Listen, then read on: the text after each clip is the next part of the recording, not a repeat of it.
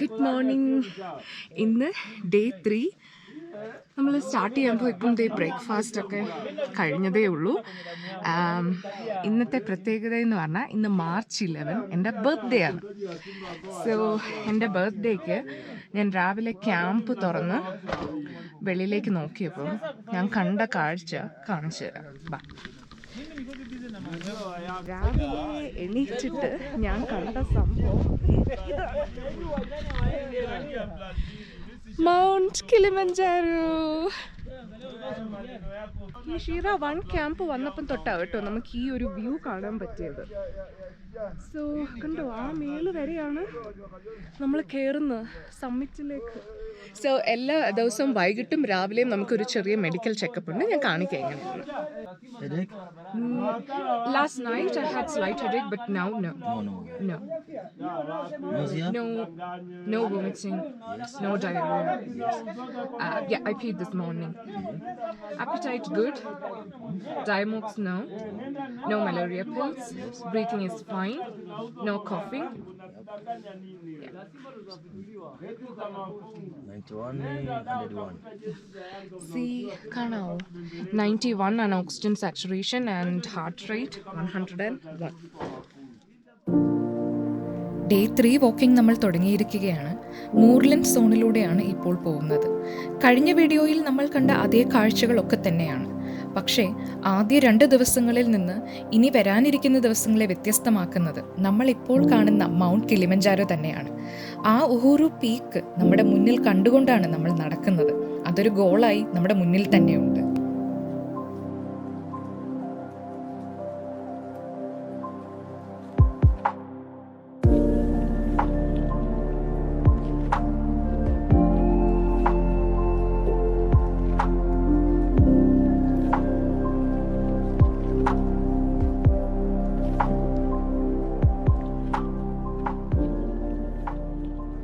ഇപ്പം നമ്മൾ കിളിമഞ്ചാരോയുടെ അടുത്ത സോണിലേക്ക് കടന്നു. Alpine desert zone. അതായത് നോ മോർ നമ്മൾ വലിയ ഗ്രാസസോ ഒന്നും കാണത്തില്ല, ട്രീസ് ഒന്നും കാണത്തില്ല.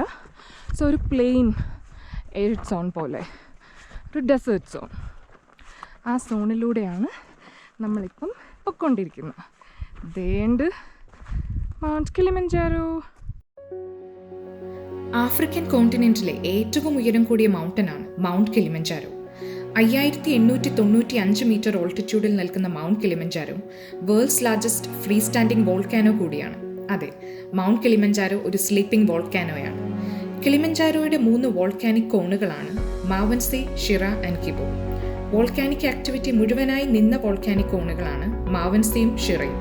പക്ഷേ കിബോയിൽ വോൾക്കാനിക് ആക്ടിവിറ്റി ഇപ്പോഴും നടക്കുന്നുണ്ട്. ഏത് നിമിഷം വേണമെങ്കിലും ഇറപ്റ്റ് ചെയ്യാം. And last major eruption was around 3 million years ago. ഈ വോൾക്കാനോയാണ് നമ്മൾ കീഴടക്കാൻ പോകുന്നത്.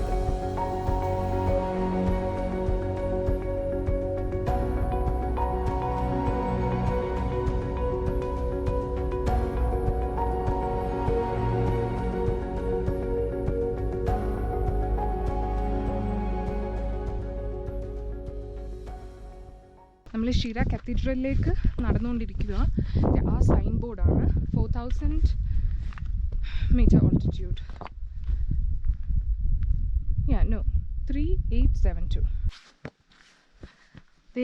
അങ്ങ് എവിടെയോ ആണ് നമ്മൾ സ്റ്റേ ചെയ്ത ഷിറ 1 ക്യാമ്പ്. അത് നമ്മളിങ്ങനെ നടന്ന് മൂർലൻഡും ഡെസേർട്ട് സോണും ക്രോസ് ചെയ്ത് ആ സ്റ്റീപ്പായ പോർഷനിലൂടെ മേളിലോട്ട് കയറി വന്നു. ഈ ലാസ്റ്റ് സ്റ്റീപ്പ് പോർഷൻ ഭയങ്കര സ്റ്റീപ്പാണ്. നമ്മൾ കയറിയിട്ട് തിരിഞ്ഞ് നോക്കുമ്പോൾ തല കറങ്ങും. അതുപോലെ നമ്മളിത് ഇപ്പം ഷിറ കത്തീഡ്രലിലെത്തും. ഇവിടുന്ന് പിന്നെ കുറച്ച് ഡിസെൻഡ് ചെയ്തിട്ട് ഷിറ 2 ക്യാമ്പിലേക്ക് പോകും. ഇപ്പം നമ്മൾ ഇവിടെ വരെ ഹൈക്ക് ചെയ്തത് അക്ലൈമറ്റൈസേഷൻ്റെ ഭാഗമായിട്ടാണ്. അതായത് അക്ലൈമറ്റൈസേഷൻ്റെ റൂളാണ് hike up and sleep law.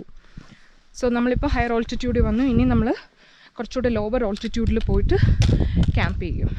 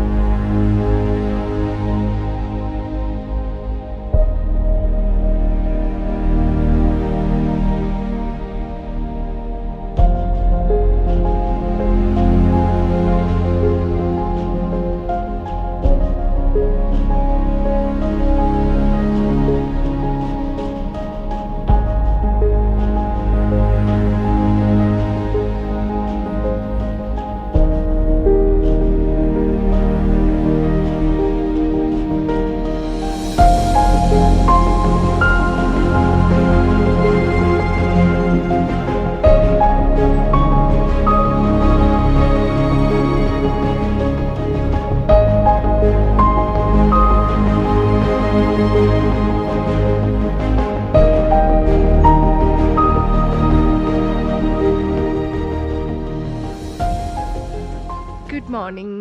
ഇന്ന് ഡേ 4. ഇന്നത്തെ ഒരു ബ്രീഫിംഗ് ഞാൻ പറയാം. ഇന്ന് നമ്മൾ ഷിറ 2 ക്യാമ്പിൽ നിന്ന് ബറാങ്കോ ക്യാമ്പിലേക്ക് പോവുകയാണ്. സോ ഷിറ 2 3800. ഇവിടുന്ന് നമ്മൾ ലാവ ടവർ 4600 മീറ്റർ ഓൾട്ടിറ്റ്യൂഡിലേക്ക് അക്ലൈമറ്റൈസേഷൻ്റെ ഭാഗമായിട്ട് നമ്മൾ ഹൈക്ക് ചെയ്യും. പിന്നെ അവിടുന്ന് ഞാൻ ഇന്നലെ പറഞ്ഞ ഹൈക്ക് അപ്പ് സ്ലീപ്പ് ലോ അതിൻ്റെ ഇതായിട്ട് 4600 നിന്ന് ഐ തിങ്ക് അറൗണ്ട് 3900 ആയ ബറാങ്കോ ക്യാമ്പിലേക്ക് നമ്മൾ പോകും. ബറാങ്കോ വോളൊക്കെ കുറച്ച് ഇമ്പോർട്ടൻ്റ് ആണ് കേട്ടോ, ഇനി നമുക്ക് കാണാം. പിന്നെ ഇന്നലെ നൈറ്റ് എൻ്റെ ഓക്സിജൻ സാച്ചുറേഷൻ, അതായത് presence of oxygen in the blood 73 ആയിരുന്നു. ഇന്ന് രാവിലെ ചെക്ക് ചെയ്തപ്പം 62 ഉള്ളൂ. നോർമലി നമുക്കൊക്കെ 100 വരണ്ട, 100% വരണ്ട. ഹൈ ഓൾട്ടിറ്റ്യൂഡിൽ കുറവാണ്. സോ 62% വെച്ച് വേണം നമ്മൾ ഇത്രയും ഹൈക്ക് ചെയ്യാൻ. കുറച്ച് വീക്കാണ്. എൻ്റെ സൗണ്ട് മാറി. നമുക്ക് നോക്കാം എങ്ങനെയാവുമെന്ന്. ഡേ 4 വരെ എത്തിയില്ലേ, ഇന്ന് ലോങ് ഡേ ആണ്. So okay, so what's the name of that mountain?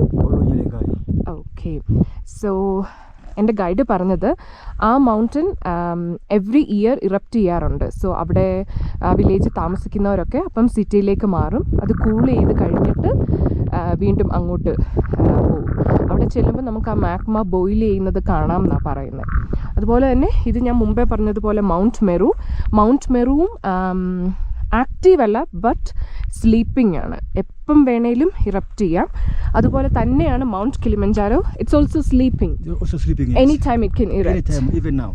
Even now. Yeah. Maybe when you be back in Moshi. Yeah. Oh my God. So when did it last erupt?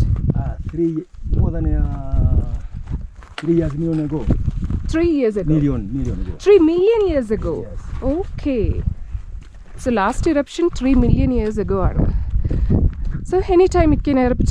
നമ്മുടെ ഒക്കെ ഭാഗ്യം പോലെ ഇരിക്കും. So ഇവിടെ എനിക്കൊരു കാര്യം പറഞ്ഞു തരാനുണ്ട്. അവിടെയാണ് നമ്മുടെ മൗണ്ട് കിളിമഞ്ചാരോ. അപ്പം around million years ago mount Kilimanjaro erupt ചെയ്തപ്പം ആ മാഗ്മ എല്ലാം കൂടെ ഫ്ലോ ചെയ്ത് മാഗ്മ എല്ലാം കൂടെ കൂടിച്ചേർന്നുണ്ടായ ഒരു ടവറാണ് അത്, ലാവ ടവർ. 4600 മീറ്റർ ഓൾട്ടിറ്റ്യൂഡിൽ നിൽക്കുന്ന ഒരു ടവറാണ്.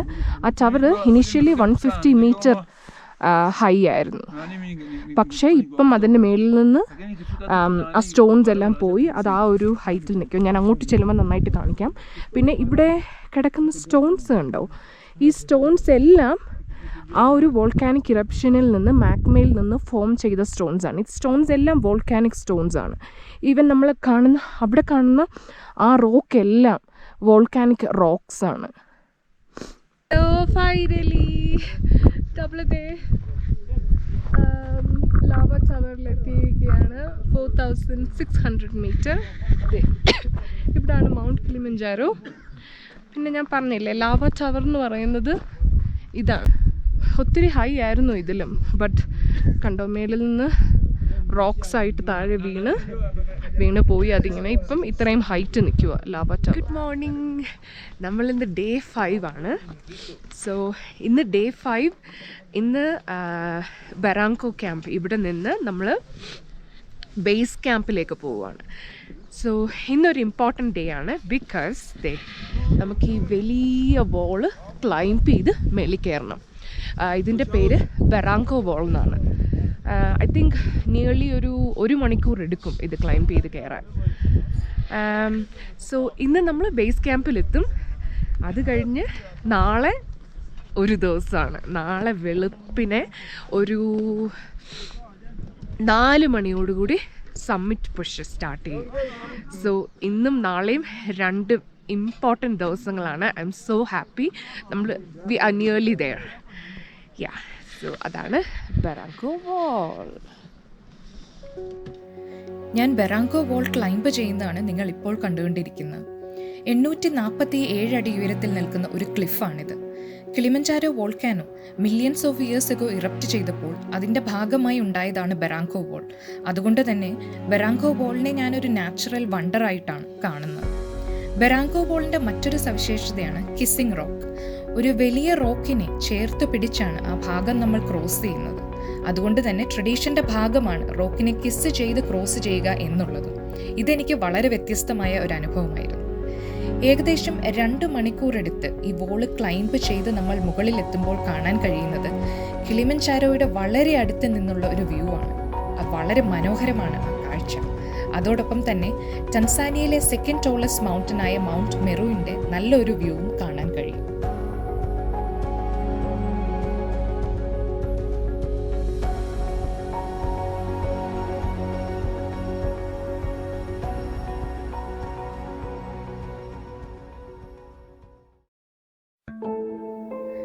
ഞാൻ പറയാൻ ആഗ്രഹിക്കുന്ന മറ്റൊരു കാര്യമാണ് കിളിമഞ്ചാരോയുടെ ഉഹുറു പീക്കിൽ നമുക്ക് കാണാൻ കഴിയുന്ന പടുകൂറ്റൻ ഗ്ലേസിയേഴ്സിനെ കുറിച്ച്. പഠനങ്ങൾ പറയുന്നത് കഴിഞ്ഞ 90 വർഷത്തിൽ കിളിമഞ്ചാരോ ഗ്ലേസിയറിൻ്റെ 85% സർഫസ് ഏരിയ ആണ് കുറഞ്ഞിരിക്കുന്നത്. ഈ ഒരു കണക്കിൽ കുറച്ച് വർഷങ്ങൾക്കുള്ളിൽ ഗ്ലേസിയർ തീർത്തും ഇല്ലാതാവുക തന്നെ ചെയ്യും എന്നാണ് പറയുന്നത്. പുസ്തകങ്ങളിൽ നമ്മൾ വായിച്ചിട്ടുള്ളതും ഇപ്പോൾ കൂടുതലായി ചർച്ച ചെയ്യപ്പെടുന്നതുമായി ക്ലൈമറ്റ് ക്രൈസിസ് അഥവാ ക്ലൈമറ്റ് എമർജൻസിയുടെ ഒരു തീവ്രതയാണ് ഞാനെപ്പോൾ മനസ്സിലാക്കിയത്. ആ ഒരു നിമിഷം പല ചിന്തകളും ചോദ്യങ്ങളും എൻ്റെ മനസ്സിലൂടെ കടന്നുപോയി. വരാനിരിക്കുന്ന തലമുറ നമ്മളോടൊക്കെ ചോദിക്കാൻ പോകുന്ന ഒരു ചോദ്യമുണ്ട്. Future generations would be asking us, what did you do about it when you knew the glaciers were melting? ആ ഒരു ചോദ്യത്തിന് എന്തു മറുപടി നൽകാൻ കഴിയും എന്ന് നമ്മൾ ചിന്തിക്കേണ്ടിയിരിക്കുന്നു. അതോടൊപ്പം തന്നെ സർ ഡേവിഡ് അറ്റൻബറോയുടെ a life on our planet എന്ന ഡോക്യുമെൻ്ററിയിൽ അദ്ദേഹം വളരെ വ്യക്തമായി പറയുന്ന ഒരു കാര്യമുണ്ട്. This is not about saving our planet, it's about saving ourselves. The truth is, with or without us, the natural world will rebuild. We need to learn to work with nature. And yes, Kilimanjaro glaciers are endangered. So നമ്മൾ ഇപ്പം base ക്യാമ്പിലെത്തി. ഇപ്പോൾ ഇവിടെ ഒരു രാത്രി 8 മണിയൊക്കെ ആയിട്ടുണ്ട്. വെളുപ്പിനെ 4 മണിയാകുമ്പം സമ്മിറ്റിലേക്ക് push ചെയ്യുവാണ്. നമ്മുടെ ലാസ്റ്റ് ഡേ ആണ്. ഇത്രയും ദിവസം നമ്മൾ ഇവിടെ ഇത്രയും നടന്ന് നമ്മൾ എത്തിയത് നാളത്തെ ആ ഒരു പീക്കിലെത്താൻ വേണ്ടിയാണ്. ബേസ് ക്യാമ്പ് വരെ എത്തിയതൊരു കഥയാണ്, ഞാൻ പെട്ടെന്ന് പറഞ്ഞുതരാം. ബേസ് ക്യാമ്പ് വരെ സാധാരണ ഒരു 2 ദിവസം എടുത്തെത്തേണ്ട ബേസ് ക്യാമ്പ് ഞാൻ ഒരു ദിവസം കൊണ്ട് ഇന്ന് നടന്നെത്തി. രാവിലെ തൊട്ട് വൈകുന്നേരം വരെ എബവ് 4000 മീറ്റർ ഓൾട്ടിറ്റ്യൂഡിൽ. എന്തിനാണ് ഞാൻ അങ്ങനെ നടന്നതെന്ന് ചോദിച്ചാൽ, എൻ്റെ മുമ്പിൽ 2 ഓപ്ഷൻസ് ഉണ്ടായിരുന്നു. ഒന്ന്, ഞാൻ 2 ദിവസം കൊണ്ട് എത്തേണ്ടത് 1 ദിവസം കൊണ്ട് എത്തുവാണെങ്കിൽ എനിക്ക് സമ്മിറ്റിലേക്ക് നാളെ വെളുപ്പിനെ 4 മണിയാകുമ്പോൾ സ്റ്റാർട്ട് ചെയ്താൽ മതി. അതേസമയം ബേസ് ക്യാമ്പിലേക്ക് ഞാൻ 2 ദിവസം എടുത്ത് പതുക്കെ നടന്നു വരുവാണെങ്കിൽ സമ്മിറ്റിലേക്ക് 12 midnight ഇത്രയും കാറ്റത്തും തണുപ്പത്തും -ഡിഗ്രിയിൽ ഞാൻ ട്രെക്ക് ചെയ്യണം. അതെന്നെ കൊണ്ട് പറ്റുമെന്ന് എനിക്ക് തോന്നുന്നില്ല. അതുകൊണ്ടാണ് ഞാൻ ഐറ്ററി മാറ്റി 1 ഡേ ബേസ് ക്യാമ്പിലെത്തി നാളെ വെളുപ്പിന് 4 മണിയാകുമ്പോൾ സ്റ്റാർട്ട് ചെയ്യാൻ പോകുന്നത്.